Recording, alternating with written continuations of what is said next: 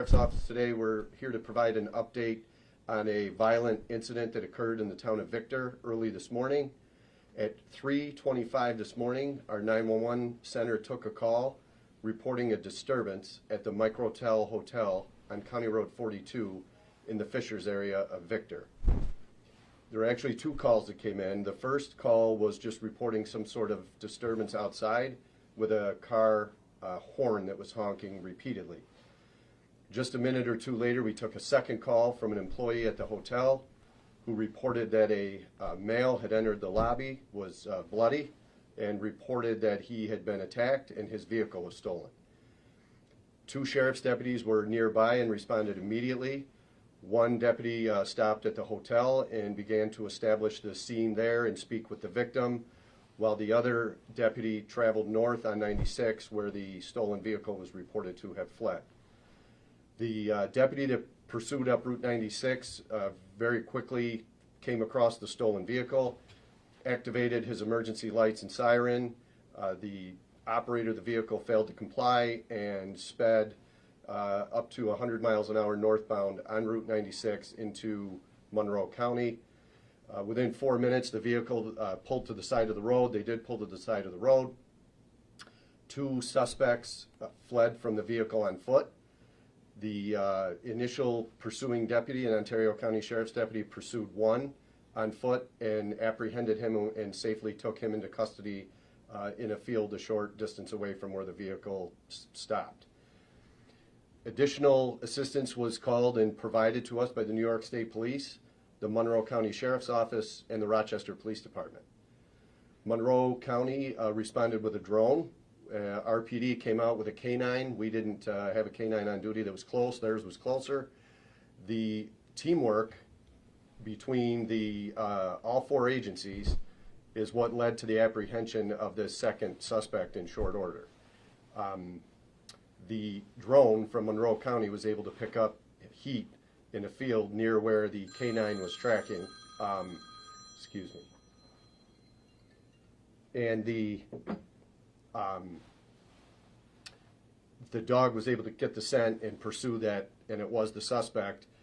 Continued to try to run, so the dog actually apprehended the second suspect after a bite. So both suspects were in custody. Our victim remained at the scene, refused medical treatment, but had been beaten. A knife was located at the scene. However, to this point, it does not appear that the victim was actually stabbed. So there was a knife that was displayed and threatened, but it was not used in the crime. The defendants are as follows. English Reynolds is 23 years old. He's been charged with robbery in the first degree, assault in the second degree, criminal contempt in the first degree, grand larceny in the third degree, as well as numerous other vehicle and traffic violations.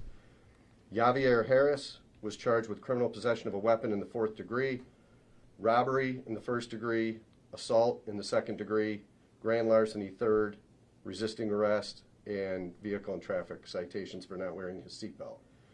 I can say that Mr. Harris is the one that was apprehended at first by our deputy.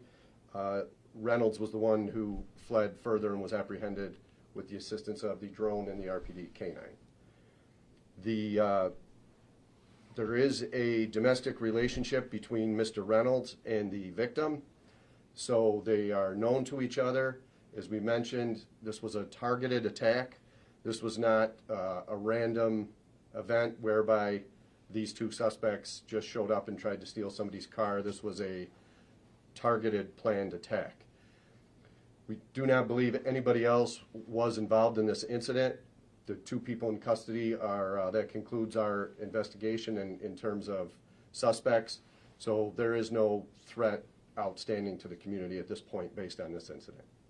With that, I'll take questions.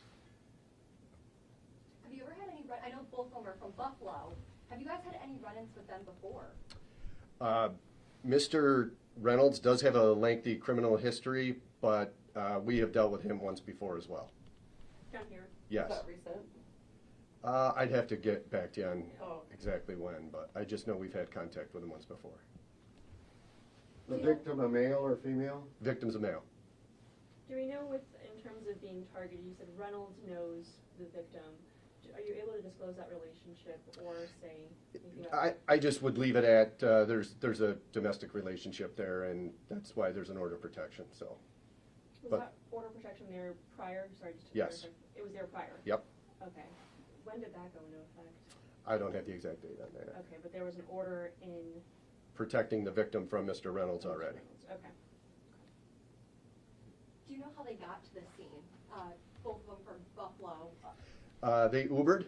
Now, we don't know for sure if they Ubered all the way from Buffalo or if they had been somewhere closer in the Rochester area or Canandaigua last night before this incident, but they Ubered from wherever they had been to the Microtel. Is it the Microtel on this road? Yeah, right like here? going There's back two of towards them. the thruway. Like with the shop. It's on County Road 42 off of Route 96 Okay, as you're almost to the mall. yeah, So up by like Burger King. okay.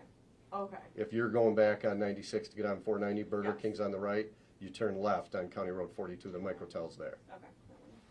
Yep.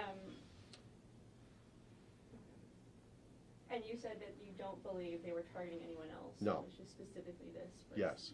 Do you have any way of knowing how they knew where the victim was?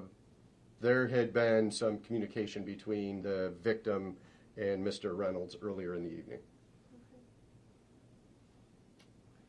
And I guess in terms of just the employees too, obviously it was in the overnight hours, but you know, as you mentioned, you know, violent situation, somebody came in bloody, unknown, you know, are they okay? How's everybody else? Yeah, everybody's doing okay, and I really want to stress, this is another case in point, and I say this at like every one of these events that we have.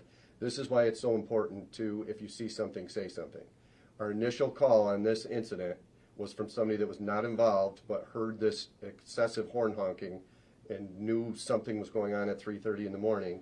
That actually gave our officers, even if it's a minute and a half, that's a little bit of a jump that got them going in that direction first, which put them in position to locate this stolen vehicle fleeing the scene and ultimately get our suspects apprehended in less than an hour.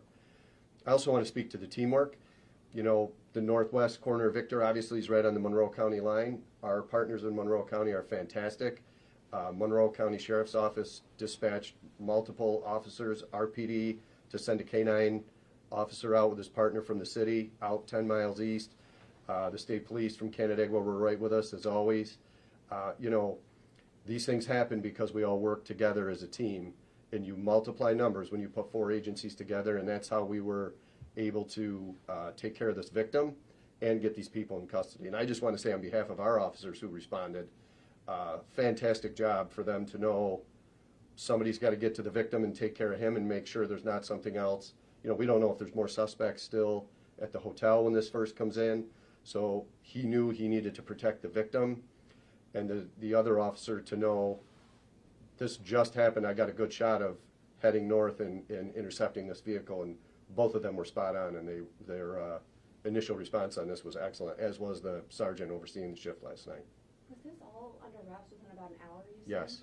Okay. Yeah, I was gonna say the amount of time, like I guess with the heat sensor, like, and how much time was in the wooded area?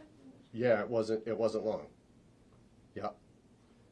You may have said this earlier. Have they been arraigned, or is it appearance tickets, or what are they facing? So they're in our jail awaiting arraignment.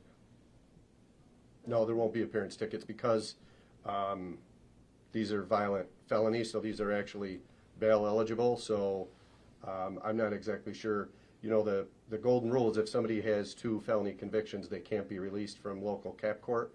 I don't know if that's the case for either of these 2, but I would certainly hope that when they're arraigned, some bail is put on them for these charges. Is there any potential for additional charges as well? None. We don't Okay. anticipate that at this point, no. Do you believe this was drug related, or any kind of reason behind it? No, we don't believe it was drug related. No. This seemed like a personal dispute. It was domestic relationship. Yes. You classify this as a personal dispute between Reynolds and victim? Yes. Yep. All right. Thanks, everybody. Thank you. Thank you. I cannot believe I didn't turn my ringer off. Oh my gosh, you're good. It's okay. I never do that. It's all right. Takes away from you being 5 minutes late. My It was your apologies. phone and not one of theirs. Oh my gosh, and I'm like trying to click it in my back pocket and I couldn't get to it. Grab the log again. Crazy work.